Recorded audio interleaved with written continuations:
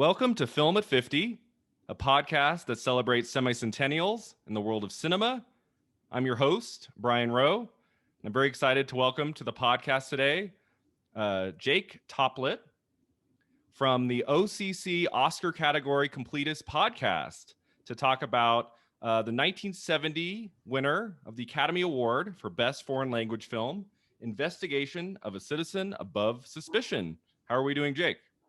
Doing well, Brian. Thanks for having me. Thank you so much for being here. This is probably one of the more obscure films that I've talked about on the podcast so far. It's not one I had heard of until a few weeks ago. Have you heard of this film before? I'd heard of it. It was actually nominated for both international feature and for best screenplay. And I am somewhat of an Oscar buff, but I hadn't seen it until we coordinated about recording this. Okay, cool. Yeah, the category that every year is a kind of a struggle for me is foreign language. I don't see enough of them. Starting with this podcast, I'm really going to try to see more and talk about more of these films that were nominated or won in the foreign language category, especially in the 1970s, which is a decade I'm focusing on for a while. I'm sure there's going to be a lot of really cool hidden gems in that category. I've already talked about Tristana on the podcast, which was one of the other nominees, and now talking about this one. Lots of good ones to come. I foresee in the years to come for sure. Yeah, I know Bong Joon-ho this year kind of brought this a little bit more into the mainstream consciousness, and his quote was, "If you can get over 4 inches of text, you open yourself to a whole new world of movies." So there is a lot of really good stuff. Oh, I know so many people who will just refuse to watch a foreign film because they don't want to read subtitles for 2 hours. And my experience has been, if it's a good film, 5 minutes in, I don't even think about the subtitles. Once you get involved in the story, it's not something you think about. At least for me. I don't know. I guess there are some people who can be very lazy. It's like, well, I gotta read this thing, But it doesn't bother me at all. If the film is not working, then I'll kind of maybe notice the subtitles more. Do you like foreign films? Do you seek them out at all? Yeah, I do. I like every year. So I try to see every Oscar movie every year, and a lot of that becomes anticipating ahead of time what will be nominated, because otherwise it turns into like a crazy sprint once they announce stuff. And the international features, you tend to start seeing what all the different countries submit relatively early, and so it becomes kind of among the like safer ones to knock out ahead of the nomination. So I Okay. end up always seeing a lot more of them than end up getting shortlisted or nominated. Because you're like me a little bit in that you wait to the last minute. Like it'll always be the last 2 weeks where I'm like frantically trying to see everything before the ceremony. Especially this last year, when we had the ceremony at the beginning of February, it was so hard to get all the nominees in. That was tight. Yeah, I've gotten increasingly crazier about it and see stuff earlier and earlier and anticipate. And then what ends up happening is you end up seeing all these movies that end up being totally irrelevant come Oscar time that maybe aren't even good. But yeah, everybody has to spend their time somehow. Well, that's another thing too. There'll be probably, 2 to 3 or more gems that I just don't see, especially in the theater, because I'm, more interested in seeing what's nominated. But then sometimes 6 months later, I'll discover a film that came out at the end of the year that was not nominated for anything that I love and that I would have liked to have seen in the theater.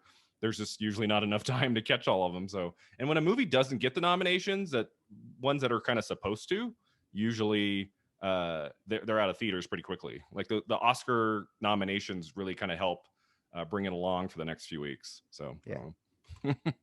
All right, so And let's now, talk. So let's talk about, before we get to the film that we're discussing today. I would like something I asked all my guests is just, what role has movies played in your life? What are some of your favorite films you've seen? Back in, when you were a kid or the last few years, like what kind of role has movies played for you? yeah, I've always loved movies. I mean, my dad really likes movies, and um, it I kind of have had like a wide variety of interests like over the course of my life. And then recently I seem to have honed in on movies just because I don't know, they fit well with my immediate lifestyle. Okay. And I'm somebody who tends to like gamify everything. So um I guess the history is that like, I always used to watch the Oscars, and there's kind of the Oscars, the show quality varies from year to year, but in general, if you haven't seen any of the movies, it's like not usually very interesting to Not much watch. fun. So I started, I don't know, maybe like 6, 7 years ago, watching, trying to see enough of the movies to make it relevant. Mhm. And then just increasingly, I think my personality is such that I try to do everything to completion. And so then I'd start watching all the best pictures. And then increasingly, I'd watch all the best everything. And that sort of turned into just every year watching every single movie that's nominated in every single category. And then trying to go back through the history of time and do that, which is kind of like progressed to be certifiable. But um it does open kind of my interests, like it broadens my interests a lot. Like growing up, I think like I loved a lot of the stuff that now you would look at as franchise movies. Grew up on James Bond, Star Mhm. Wars. I've always had sort of a bent toward like science fiction-y type of films and action. And like when you watch every single movie every single year, you start to see a lot of the same stuff over and over. And that's kind of changed what I enjoy towards things that are different, like sort of independent of genre, or like I guess anything else about the film. I look for things that are feel unique and like I haven't seen them before. Mhm. And that also seems to like coincide heavily with things that make me very uncomfortable, which Okay. feels like an unpleasant experience, but then I always end up thinking the most highly of those movies. So I don't know. That's sort of a long answer, but it's been like it's evolved a bit, but I do really enjoy watching lots of different kinds of movies, like foreign films from the 70s. So you like originality and creativity and something that isn't just going with the grain and your typical franchise movie remake, sequel, reboot, And there's like a time and place for those movies, but yeah, I agree. It's, I'm always drawn to kind of more unusual films that are maybe a little bit more indie or ones that are a little bit more difficult to find that aren't just playing at, 5 screens at your local movie theater when movies are playing at your theater. But yeah, I'm kind of on that same wavelength with you. The podcast is focusing, on films released 50 years ago. So for a long time, we're going to talk about films of the 1970s. Do you have any favorite films from that decade, or any that you kind of look back fondly on that you can think of? Yeah, so the first thing that like, because I grew up on James Bond and I used to watch like every single James Bond movie, and so that's like the Roger Moore years. Yeah, And yeah, yeah. he Hmm. wasn't necessarily my favorite James Bond, but he had some movies in the 70s that I really loved. I love Man with a Golden Gun, which was not necessarily, that's probably not a popular opinion among James Bond fans, but it's one of my favorites. I've never really understood like why it has sort of a negative perception. Oh, Um, it's so much. Yeah, I love that one. That's probably in my top two or three Roger Moores. I don't. Yeah, people don't like Man with the Golden Gun. That one's great. yeah, I think there's some like some people feel like it's kind of corny or tacky. I actually think Yeah. he's kind of he's almost like his most ruthless in it. Oh yeah. Hmm. Obviously Star Wars came out in the 70s. Hmm. Some of like, I guess the more interesting answers that I can give, because obviously those are kind of a little bit more mainstream Hmm. type of movies. One of my favorite documentaries is called Harlan County, USA, Oh yeah, yeah. um, Hmm. I've heard of which was that. obviously, it's not kind of an unknown film if you follow documentaries from the Oscars, but I don't know that a lot of people do that. Hmm. And it captures uh, kind of a mining town in Kentucky, or is it Kentucky or Philadelphia? It captures a mining town and kind of a workers uprising against the leadership of that mine for kind of advocating for more safety. And then as somebody who was in some plays and stuff when I was a kid, I actually played Tevye in Fiddler on the Roof for my middle school, Oh, nice. and the Zero Mostel, or it's not Zero Mostel, the Chaim Topol film version of that is also from the 70s. So yeah, there was a lot of good movies. Enter the Dragon, Bruce Lee. Oh yeah. Yeah, there's so much great stuff and so much I have yet to see, and that's what kind of makes this podcast exciting is to discover 70s films that I've never seen before and probably never would have seen.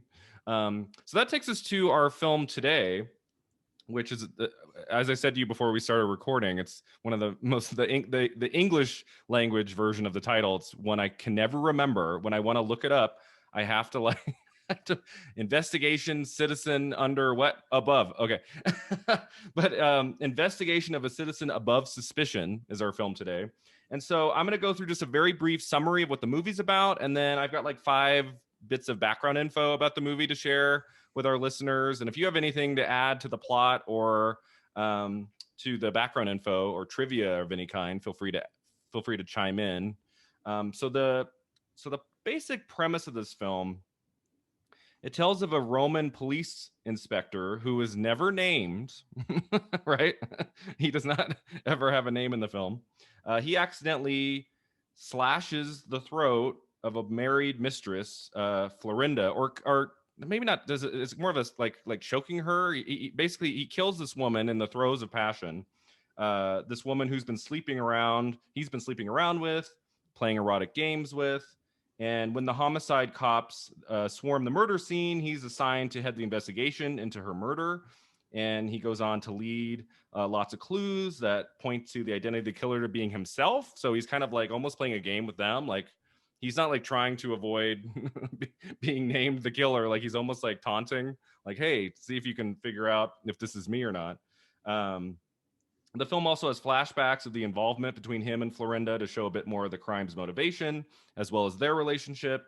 And along with the investigation of her murder, there's also Italy's political background of the early 1970s that plays a major role in the film.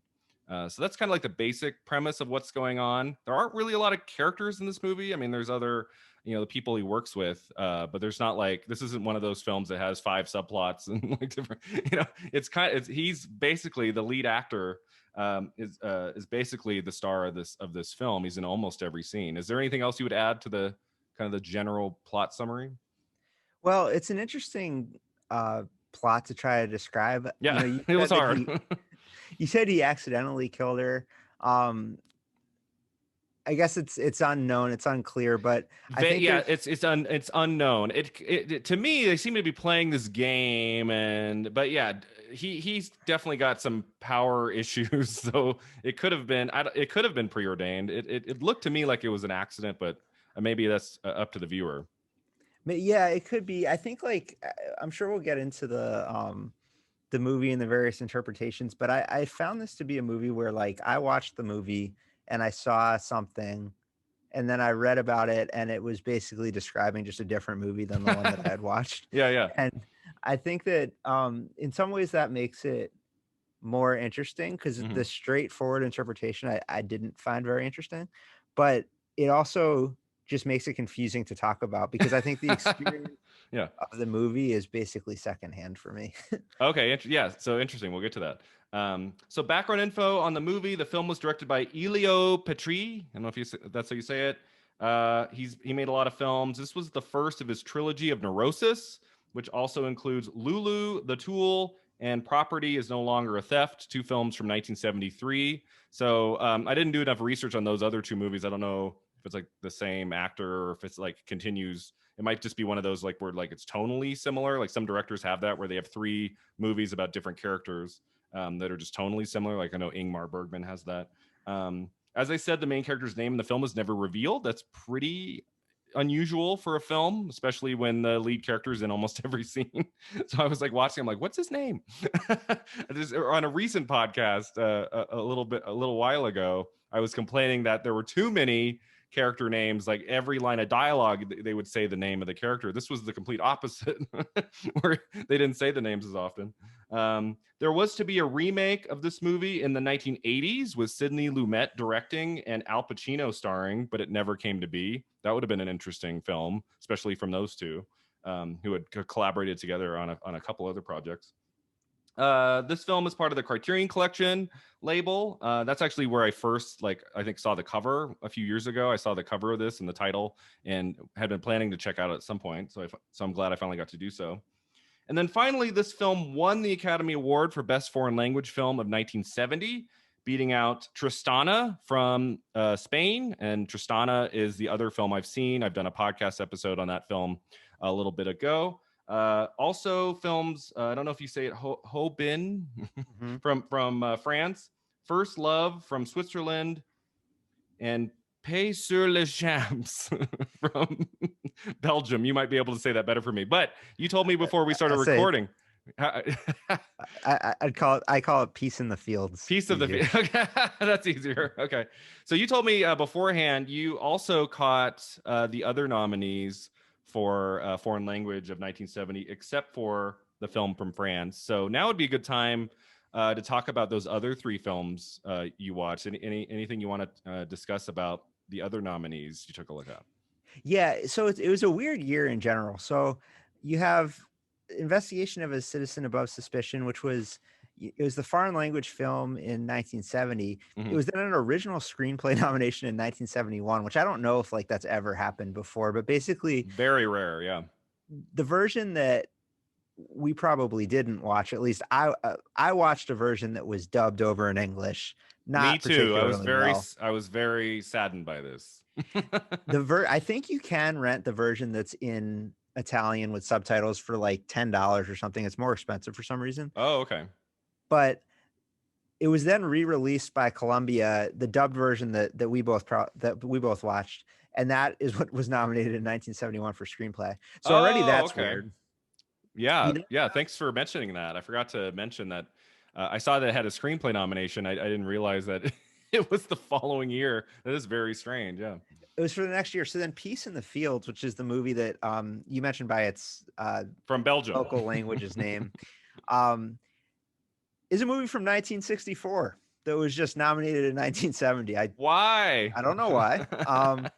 You have a movie, First Love, and by the way, Peace in the Fields, I do not recommend. It is really boring. Okay. Um, it basically, I mean, it's a sort of has a hint of supernaturalness, and it's like a love story from an earlier time, and there's some witchcraft involved. It's very slow.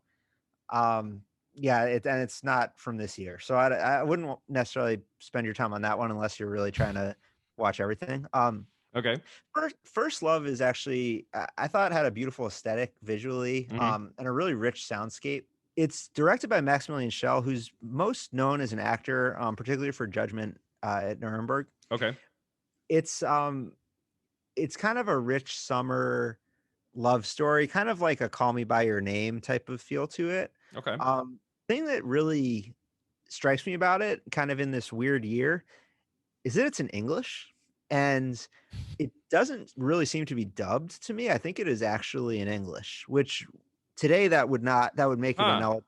So I'm you not could. So back then you could, if it was from a different country but in English, it would still count in foreign language. It seems to be, unless it's dubbed really, really well. Really I well. mean, if you compare like the dubbing to Investigation of a Citizen Above Suspicion, which was pretty bad, I think. Yeah. It's hard for me to see that would be the same kind of the same approach, but maybe. And then Tristana, you mentioned, Spanish film, pretty disturbing. Hmm. But obviously, it sounds like you've covered that extensively here. Yeah. Hobin's the only one. Oh, I'm sorry. Go ahead. Oh yeah, I'd love to. I have covered it before with another guest, but I'd love just your 2 cents on Tristana. What did you think of that one? I really enjoyed, even though, as you say, it is disturbing. Yeah, I mean, it's definitely the more interesting story, kind of. Hmm. And I think that when you start looking at this film and that film, they're kind of the most complex. Yeah. And Hmm. the 70s was obviously a time that cinema really sort of turbocharged its level of sophistication. Not that, there were obviously movies in the 60s that were kind of deep and gritty, but the 70s is really where that, you think about this year's winner was Patton. There was really a Hmm. move toward um kind of darker themes and this gritty realism. And I think that, Hmm. like, Tristana, while it's based on a novel from the 1800s, Hmm. is kind of very dark in its content, and then its ending, which I'm sure you guys covered. Yeah. And so it definitely was more interesting for me in that way. Hope In is the one I really wanted to watch. Hmm. It's about a boy growing up in the Vietnam War. It's Okay. hard to find. I found like a DVD you could order for $100, but I didn't pull the trigger on that. Well, if you're trying to seek out every movie ever nominated for an Oscar, you're gonna have to shell out some money, huh? Yeah, eventually. First Love is was my favorite of the group. I just thought it was like a really pleasant couple hours, very Okay. very calming. All right, cool. So First Love, I will take a look at that one. So that sounds like the other foreign language to check out if I can find it. Where did you watch it? I think it's on Amazon Prime. I think Okay, you it's on just find it. Prime. Nice. Yeah. Yeah, Prime is the streaming service that will have a lot of like random older titles for free. You go on like Hulu and Netflix and some of these other ones. They're hard to find. And then Criterion Channel, which I have, which I love. It's hard because every month they take titles off. So I think the film we're talking about today was on there a few months ago, if I remember correctly. And maybe early in 2020 it was there, and then I was like, oh, I'll watch it on there, and it wasn't there anymore. I was like, oh, Yeah, I know this is in the Criterion Collection. yeah, HBO Max has some sort of relationship with the Criterion Collection and Janus Films too, where you can get a lot of those films on HBO Max. okay, yeah. So yeah, it's just always got to keep checking. Sometimes they have some kind of cool titles there. All right, so let's get to our film of the day, which is Investigation of a Citizen Above Suspicion. What did you think of it overall? What was your take on it? So, like I said, it was sort of a tale of two experiences. There was Okay. watching it, which I wasn't really drawn in. I mean, I read it like on my first watch, it's sort of like a traditional anti-hero character study. Mhm. And then I go read about it afterwards, and apparently it's a parable, and there's a well, are there spoilers here or no? I'm trying not to give away the very end, just because if a listener wants to see the film, I feel like if we spoil everything, then they might not, might not check it out. If we're talking about a movie that's like really popular, like eventually, like I'll get to The Godfather and some of these films, like Sure. those, I'm gonna like talk about the end. But for films like this one, so yeah, so just kind of just be vague about it, like try not to give away like the very very end if you can. Sure. Well, I actually couldn't give away the end other than what I've read about it, Yeah, because other than reading about it, I didn't understand it. I had no idea. I had no idea what the hell was happening in the last 5 minutes. I was like, what is this? What is going on here? I thought you would be able to explain it to me, but Well, I guess we I guess shouldn't. we can't talk about it. Yeah. I think that the question in watching the movie again, you're watching these two interspliced stories, kind of the story of his affair Hmm. with this woman that he kills, and then the other kind of from when he kills the woman forward. And if once you, I guess, understand the point, and it is ultimately just like a parable, Hmm. I guess it makes more sense. Like the motivations of the characters don't on first watch make any sense. I think they both behave in ways that seem to make no sense. Once you sort of understand what the parable explicitly is, it makes sense. I just don't know what I'm supposed to do with it, if that makes sense. Well, I mean, one problem I have is that you shouldn't have to read up on a movie to get involved in it. Like, that shouldn't be that should be something extra if you want to watch it a second time or a third time. But if you have to like read up on a film to understand, and I'm somebody who loves really kind of twisted, experimental, different kind of movies like by David Lynch and things. Mulholland Drive is one of my top 5 favorite films, and I still don't know exactly what happens at every point in that movie, but I love it. I love the characters. I love the story. I love the mood of it. Whereas a film like this was a little bit more of a tough watch because there wasn't really like a character I could grab onto, right? Like my struggle with this movie, I really loved a lot of the look of it and the way the camera moves, which I felt like was kind of ahead of its time, right? Like late 60s, early 70s to see all that the camera movement and a lot of zoom ins and zoom outs, and like the director is really playing with technology a little bit in this movie, more so than other films of the era. And then the music, which I'm sure we'll talk about, is like extraordinary in this movie. I thought the music was great. So there were a lot of like technical aspects I enjoyed, but story wise was a struggle because I did not really like this lead character. I found him kind of unpleasant, but not in a way like, like a Norman Bates or a Hannibal Lecter where I want to know more. I was just kind of like, after an hour, I was like give me another character here. Like, get me away from this guy. I don't know if you had that experience with the movie at all. I just don't understand his goal. Yeah, like what's his motivation? Right. Even knowing what it is, I still don't understand it. And I don't understand what kind of changes for him in the last 15 minutes of the movie. Yeah, I thought one note I put down was I felt like this movie needed like a foil for him. There needed to be, I think, one more character who we spent time with who was maybe like trying to part of the investigation or like somebody else we could kind of cut to, like maybe like a more kind of a good protagonist, like a secondary protagonist who we could kind of hold on to in this film, because as I say, the main character in this movie is just not all that interesting to me after the first 30 minutes, and we're just with him all the time. And I mean, what are there, 7-8 scenes of this movie where he's just shouting at people? And I'm like, and it's dubbed, right? We watched the dub version, which made it even more awkward. So yeah, after about an hour, I was kind of just more admiring the technical aspects of the movie and struggling to understand why it has an 8.1 on IMDb and why it won the Foreign Film Award of the Year. Was my reaction. There's definitely context that is missing in 2020. Not, I mean, there's, it's interesting. There's about 30 minutes in, he gives like a law and order speech decrying what he calls kind of left-wing policies and mob justice. And I think some of that might feel familiar to somebody watching it today.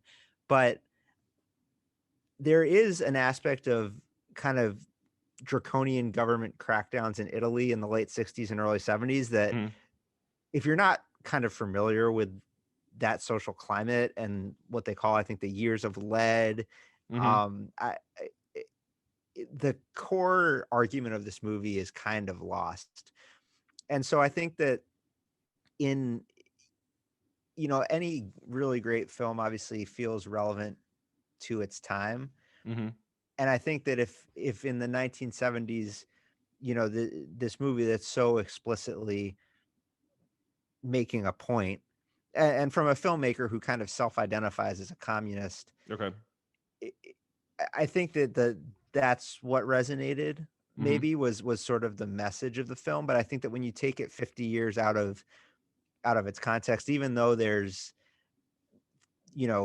elements of history that rhyme, it ultimately, like, it doesn't stand alone as a story, minus its message. That's kind of my read. That's a good point. So this was a case of a movie where it doesn't happen often, but it was really a case of like, it was a film of its time that really that resonated with the viewers and that felt important in 1970, whereas 50 years later we're kind of just looking at it as a story and not quite as involved as you might have been as a viewer in 1970.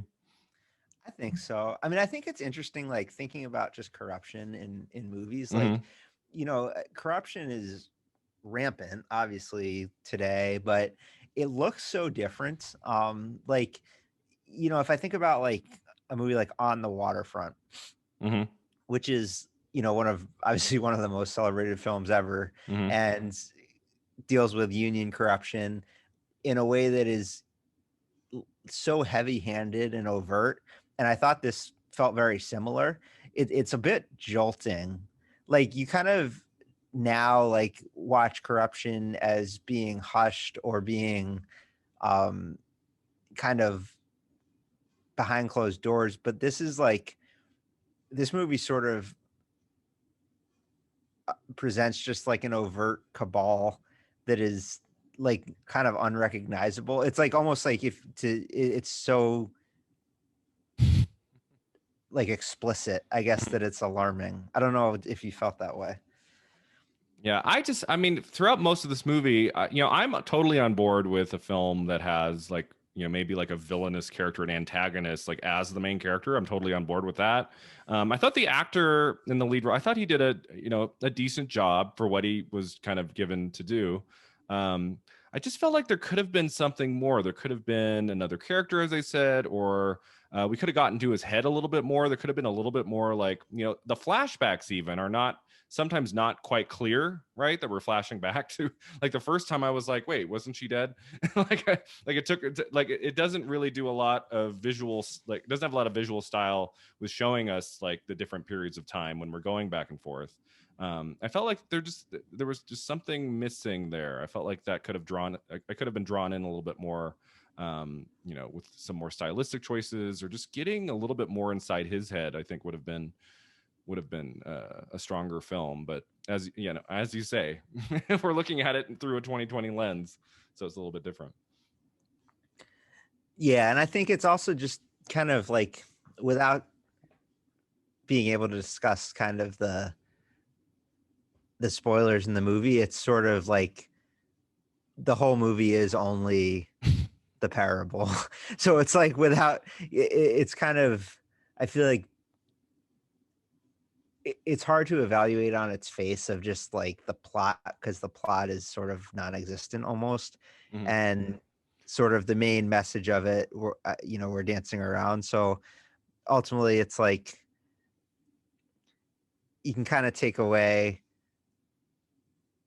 the limits of power. Here's the deal. How about we drop the no spoiler rule if you want to talk about some of what you read about it, because I don't think we're doing necessarily a great job of telling people to go watch it, right? So I don't know if there's anybody like, oh, I really want to see that. So maybe yeah, maybe if, I mean, if you want to talk about the end, if you want to talk about some of what you read about, go for it.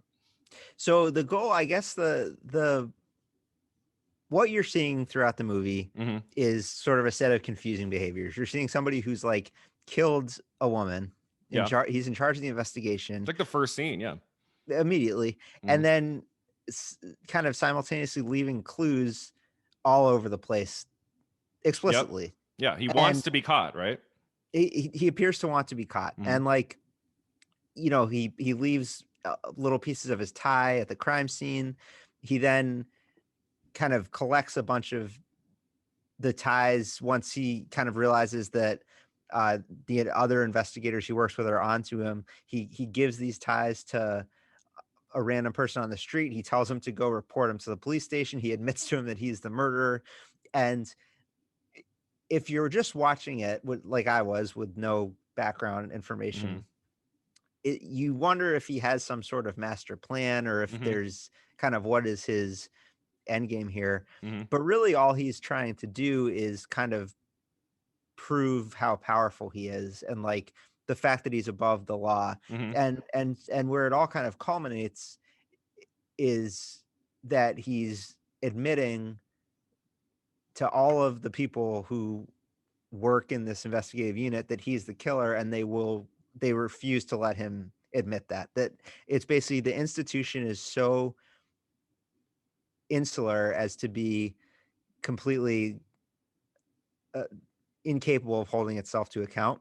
Mm-hmm. The part that's then confusing to me, and I'm interested to hear if you understand this, Probably not. it's apparently the last some amount of the movie is a dream sequence, Okay.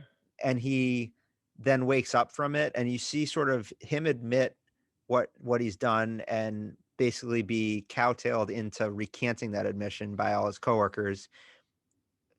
All his coworkers then leave, and then I think it's real. That's all a dream, and then it's real life all of a sudden, and they come back, and that's the end of the movie. Mm-hmm. And I sort of got lost there. I didn't really understand that part. So the opening is supposed to be real, right? Like the opening 15 plus minutes. That's all Yes. real. It's not. This isn't Yes. a Lynchian. Like he didn't kill anybody after all, kind of thing. No. Although I almost think I might have liked the movie more if like you found out at the end like he had imagined the murder or something. Like there was like, oh, okay, like a totally different read on the film.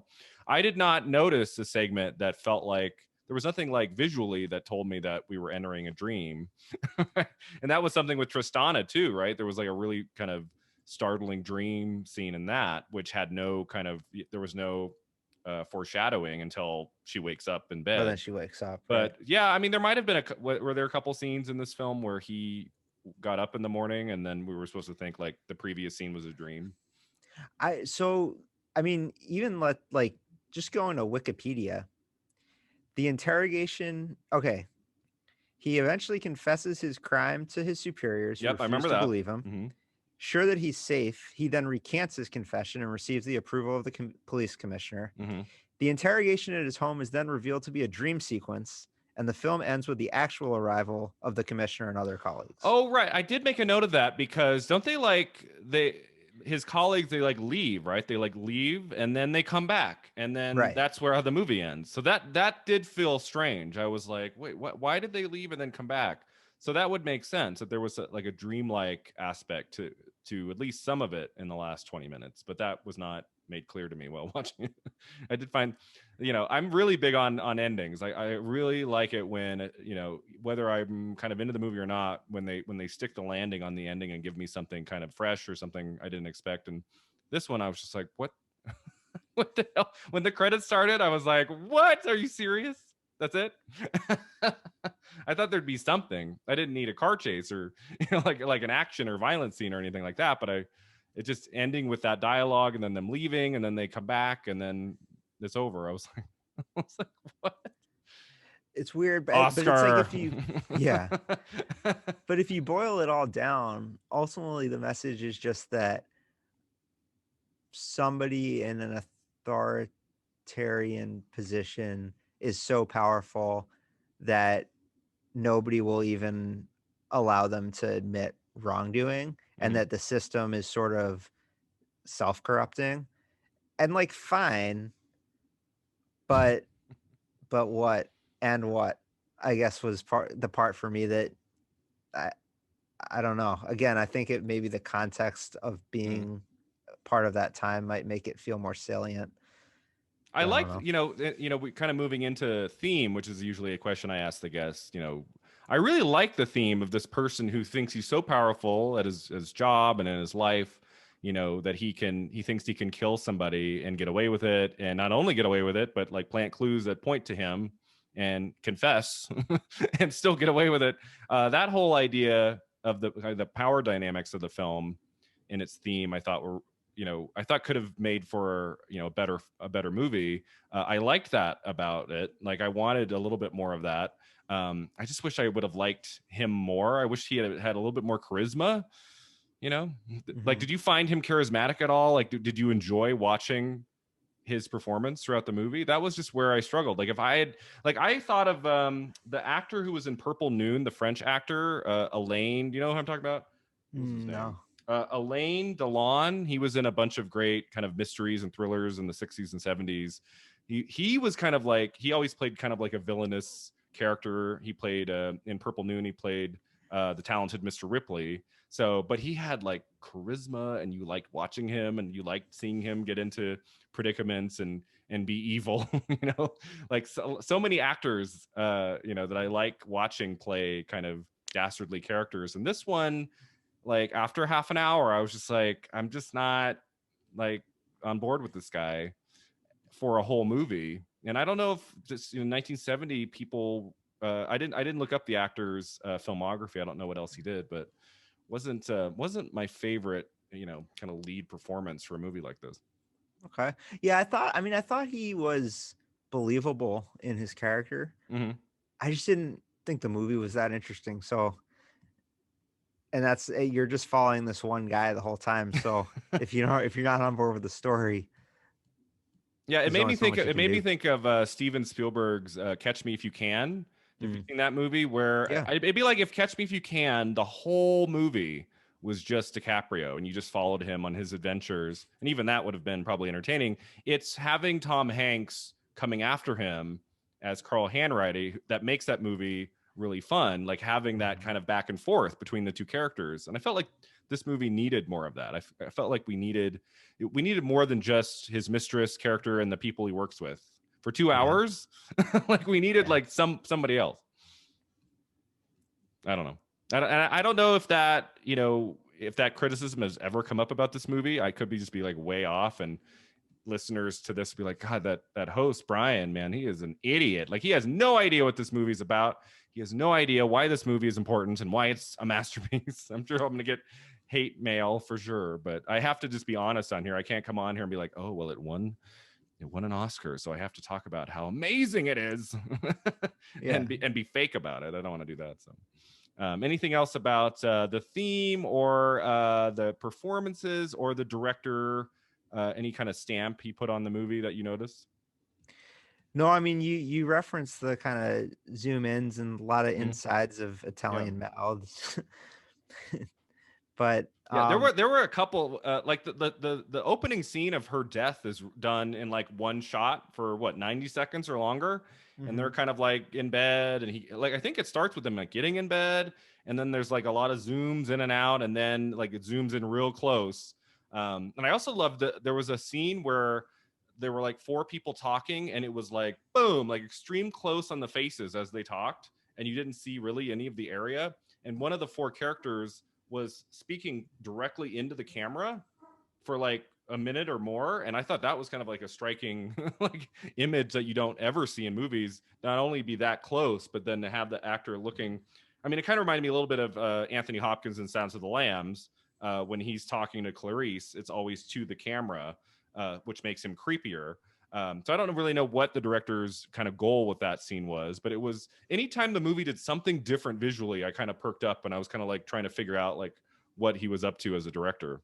And there were I thought some really cool visuals in this movie. This is not a terrible film that I think is a waste of time. I think it's definitely worth a look if you're interested in film history and Italian films. Even just on an aesthetic, level, there's a lot of cool stuff happening in this movie. And uh and then finally the score. What did we think of the score? It was really kind of weird at the beginning. Did you have that same reaction, or did A you lot like of it right? boings. um, like the I mean, I think it's right after the murder at the beginning, right? And then it's just like bow, bow, bow, and it's kind of like what, like I didn't know what genre I was in for the first 10 minutes. I'm like, why is the music so upbeat? Like, shouldn't it be like kind of like sinister or something? I don't know. Yeah, it's an odd score. It's like kind of distracting. But I did at times try to imagine it without it, Yeah. and like it would just be there'd be nothing happening. Like I feel like it kind of did a lot of work in certain parts. Yeah. Yeah, I liked it though. I thought it gave the film like a a kind of a strange, unique feeling. And actually, I wrote down, I don't know where this came from, but the composer said about this movie. Where did I write that down? Oh, so he said about scoring this movie, I had to write music for the grotesque with a folkish feel. Which I thought was an interesting way to put it. I mean, he was scoring. Have you looked up his filmography at this time, like the late 60s, early 70s? It's Oh like yeah. 10 to 15 plus movies a year, That's kind of which his is pace like forever. crazy. I mean, he was scoring like more than a movie a month. I mean, that's pretty intense. I mean, when I see a composer who has more than 5 credits in a given year, I'm like, wow, good for you. But like 15, if you scroll along and it's just like, oh my gosh. And some of them, I would say at this time, most of them are foreign films. And then in the mid to late 70s, he started to score more films in the US. He would go on to do some pretty big films in the 80s here. Um, but I don't know. I thought I enjoyed the score after I kind of got past the first 10 minutes, and like, okay, somebody has died, and am I supposed to be like dancing here to this music? What's going on? I kind of settled into it. By the end, I really came to enjoy it. Yeah. So let's see. Anything else about the movie we mentioned? Any other scenes that popped out to you that we haven't touched on? I'm looking at my notes, trying to think if there's another scene. I talked about the flashbacks a little bit. Talked about the scene with the camera really close up. I thought that was kind of unique, and lots of scenes of him yelling, which I was like, oh, another one of these scenes. Okay. I don't know if he got any kind of awards for this movie. You said that got a screenplay nomination the next year. I don't know if he got any like foreign awards for this. I would think Oh if it yeah, I was think so. celebrated so much, I feel like overseas, I'm sure the lead of this film, and I should know his name. Do you have his name? Gian. It's his first name is Gian. I don't know how you say that in Italian. Gian. Yeah, no, I'm probably gonna butcher the pronunciation, but Yeah. it's Jean Maria Volantes. Okay. Volantes, Yeah. maybe. Maria Volontes. Yeah. So yeah, I mean, a great look to him. I felt like the movie needed more than his presence for 2 hours, especially because of the way his character sees the world. It's after about an hour, it just becomes kind of overbearing. But yeah, any other thoughts you have on the film, or of the last question I always ask about the movie we're talking about is, what's it like to look at this film through a 2020 lens, and if the film were made today, how would it be different? So you'd be curious to know, like, this particular story, if a director, Sidney Lumet was apparently thinking of doing it in the 80s, like what if a talented director took this story and made a film in 2020, 2021? How do you think it'd be different? What do you think a modern kind of filmmaker would do with this material? Any idea?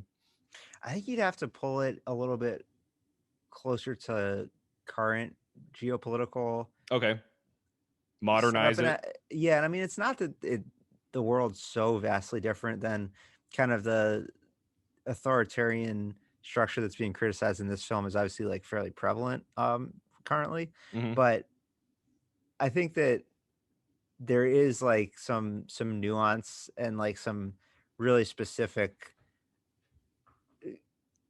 I guess, ties back to like a specific form of uprising movement that included bombings and like I think that, like, I guess if it was still a foreign film, it would have to like adapt whatever the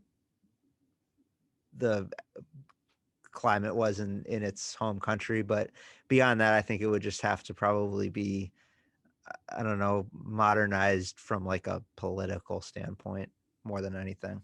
Okay, so like the content of the film, like in terms of the story, you think they would keep it kind of similar, but like everything kind of surrounding the story and the political climate, yeah, I mean, you would have to either modernize that or set it, make it a period film, which I don't know if I feel like this story would make more sense to just update it and make it Mhm. set in contemporary times. Yeah.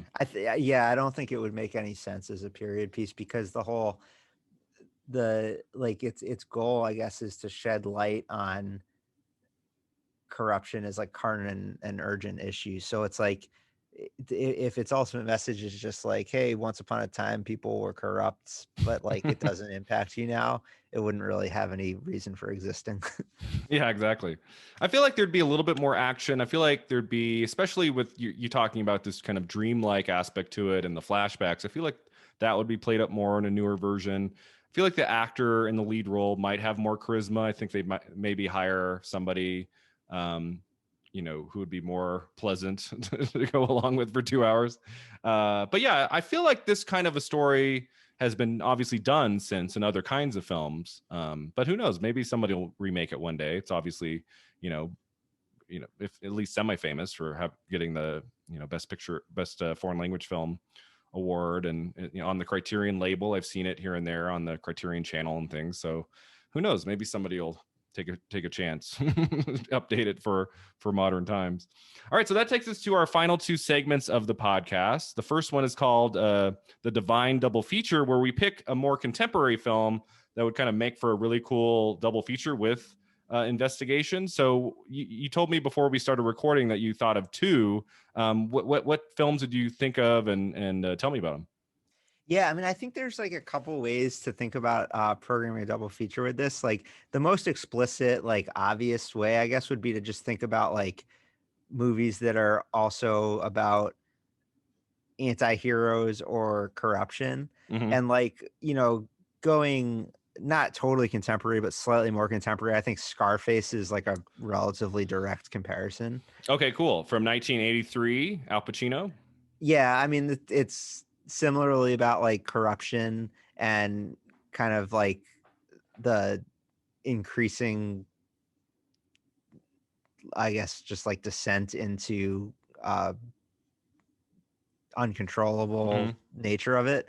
I guess there's a little bit less awareness on the part of the anti-hero in Mm-hmm. Scarface. Then clearly this is like much more calculated.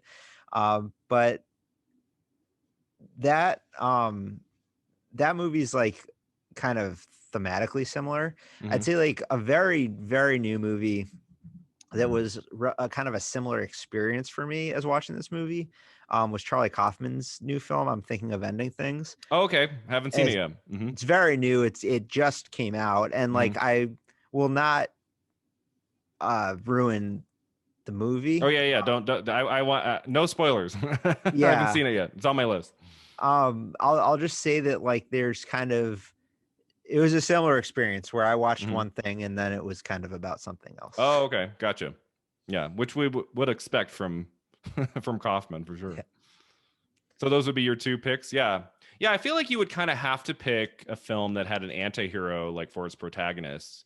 The one that just came to mind because I'm also thinking about, okay, you've just spent 2 hours watching Investigation, which is kind of slow, and there's not a lot of action, there's not a lot of like entertainment value. So I feel like if you were to go straight into a second film that had kind of similar tone, similar kind of protagonist, I feel like you'd want to have something a little bit more fun. So I went with American Psycho Yeah, that's with Christian Bale. I felt like that came out exactly 30 years later in 2000, and that to me, like, that's a character who is absolutely despicable, but we love spending we love spending 2 hours with Christian Bale in that movie. He's it's such an entertaining film. I've seen it a few times now. It always puts a smile on my face, even when it's like at its most gruesome and like horrific. I just thought like if I were to follow a film with an antihero with another film by an antihero, especially if it's late into the night, I think you'd want to put on American Psycho after this. I think it'd be like a good cleanser of some of the kind of the slower aspects of the first film, and especially if you haven't seen it in a while. I hadn't seen it in a long time. I watched it again for its 20th anniversary. I sometimes look at films like 20 years later as well as 50 years later, and it was just as entertaining the second or third time since I had seen it before. That would be my pick for the contemporary film. yeah, definitely, Have you definitely have you seen understand have you that. seen American Psycho? Oh, sure. Yeah, not a film that I don't think that got any Oscar nominations. Should have. Came out early in the year. Sometimes that's tricky. But Aaron Brockovich came out at the beginning of that year, and Julia Roberts won. So sometimes they stick around. I don't really know how that works. Some films that if they come out early in the year, they're forgotten by August, and then other films they just like Get Out was one, right, that came out in February, Yeah. and it just hung on the whole year. So sometimes it's just some movies just have a kind of lasting power and others don't. But yeah, I really enjoyed American Psycho the year it came out, and I still think it's a really good film. Yeah, definitely. All right, and our final segment is called Beyond the Flick. This is where I pick usually an actor or director or genre affiliated with the movie, and we kind of pick, like our three favorites. This one was a little bit trickier. I was like, well, I could do like Italian films, but then I saw that Ennio Morricone was the composer, and we just lost him in July of 2020. He just passed away. Had an incredible career, over 500 credits on IMDb as composer, and has done music for some of my favorite films, a lot of great westerns of the 60s. And so yeah, I thought if you had two or three favorite scores of his to share with us, anything that kind of stood out to you in his long and celebrated career. I do. Yeah, I have three. I don't know if are we doing this as a top three or Yeah, top should I just three. Yeah. sh well, I'd say the third for me was another kind of Italian best international feature winner Okay. in Cinema Paradiso. Oh yeah. Mm-hmm. I think Great, it's kind great of film, great score. it's almost like something John Williams would score for Spielberg. And I mean, it's Mm-hmm. obviously a movie that's just like overtly a love letter to cinema. I think he Mm-hmm. captures kind of that perfect embodiment of the magic of movies and shows his range. Yeah, I was really late to the party on that movie. I had been hearing about it for years. I just saw it for the first time, I want to say 3 or 4 years ago. I finally sat down and watched that one. And God, that ending was incredible. Like that last 2-3 minutes is one of the best endings I've seen in a film in a long, long time. It's still 4 or 5 years since I saw it. It still sticks with me. Like I still think about it. It's such a great ending and a really fantastic film overall. Yeah, he captures the idealism I think really well with the score. So that's Mhm. I think that is one of my three. Probably my personal favorite. I can't argue that it's like his most important or anything, Mhm. but um there's a movie that I just loved growing up called In the Line of Fire. Oh yeah, Um, yeah. He scored that. I missed that one. yeah, he Like did. I missed the that he had scored it. So it's Wolfgang Peterson who made. He also made like Das Boot and Outbreak. Hmm. It's a thriller with Clint Eastwood Hmm. and John Malkovich, where Eastwood's a Secret Service person who, or a secret on the Secret Service, and he kind of holds himself responsible for JFK's death. Hmm. And Malkovich is somebody who's threatening to kill the president. Yeah. I've always loved this score. It's got this driving '90s piano. Uh, like it's kind of this driving '90s piano score that from the first frame of the movie, it's very '90s, but it's just like it's perfect for the thriller. So that's like probably my personal favorite of his. Okay. But then I think kind of like the most obvious answer is probably the best answer. And that would be obviously the good, the bad, and the ugly. Okay. Obviously, like everybody kind of knows that, like Yeah. bow, bow, bow, Yeah. like that kind of. But then also anybody who's seen the either kind of the current Modelo commercials or David Fincher's Nike Fake commercial knows the Ecstasy of Gold too, which is also from that movie and one of my favorite things he's ever scored. So those would be my three. Okay. And have you seen the movie Election? Oh yeah, yeah. With That's Morricone, right? When she's like when Reese Witherspoon is breathing heavily and it's like isn't that Morricone? From Good, I the Bad. I think it's from Good, the Bad, and the Ugly. probably to be honest, I haven't seen that movie in like 10 years or something, but Yeah, sounds right. but his work is so like it transcends a lot of film. Like sometimes like just a little snippet will be brought into a film like Tarantino. Would like just bring in little snippets of his work in other films like Kill Bill, right? So Morricone, like even for the films he didn't score from beginning to end, like his work is in so many classic films and contemporary films that I love. My actually three favorites are different from yours. Okay. Sometimes it matches up exactly, and it's like I have nothing to add to this. So my third one, which I just watched. Every year I do a project where I look at the work of an actor for a year, an actor who has at least 52 films or her. I'll look at their films throughout a year. And last year or the year before that, I did Sean Connery. All right. I had never seen The Untouchables. I don't know how that movie. It came out in '87. I was like 2 when it came out, so I obviously wasn't old enough to see it in the theater. But for some reason, that one just passed me by. And I love the work of Brian De Palma, the director, and I finally got around to seeing it a couple years ago when I was looking at Sean Connery movies and just absolutely loved it. And Morricone's score in The Untouchables is incredible. Like I knew from like right from the opening credits, like holy crap, like this is a really awesome score, and it takes you along for the whole movie. Have you seen that one, The Untouchables? Oh yeah, and that was nominated also. He was nominated for that. Morricone was nominated. Yeah. Okay, yeah, because I know that's the one Connery won Best Supporting Actor. Because Mhm. growing up, I was like, Connery won an Oscar for a performance. I have to check that out, and I just never got around to it. And I finally got to see it. It was really good.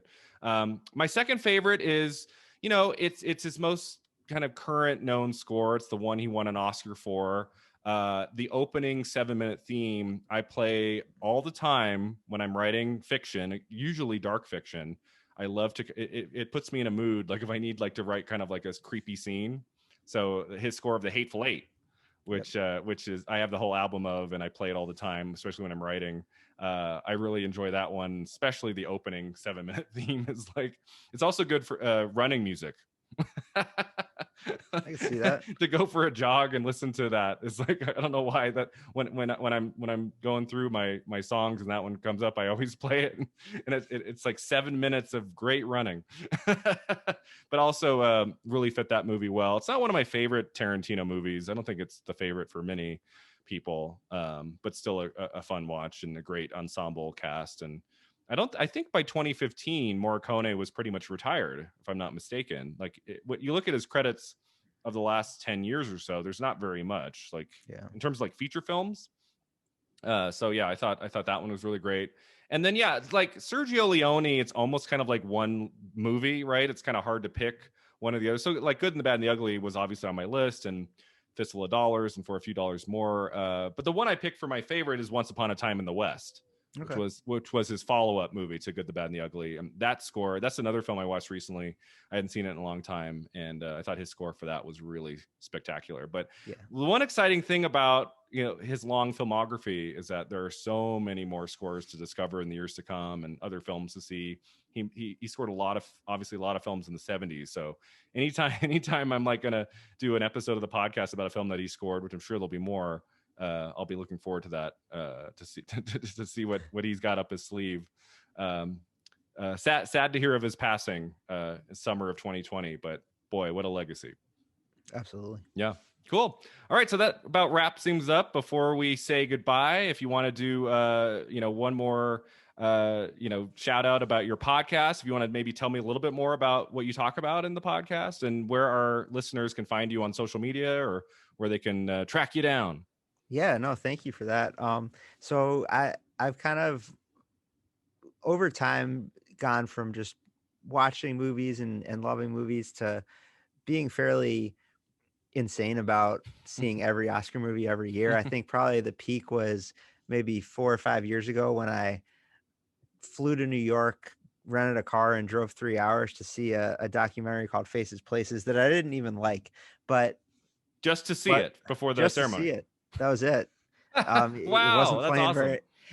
I saw it in this weird place. It wasn't even a movie theater. There was like a self-defense class in the next room, and then they had like a projector, and yeah, it was kind of weird. But I kind of realized there was probably a more efficient way to kind of track what movies to see throughout the year, so you didn't get caught in that kind of last minute scramble.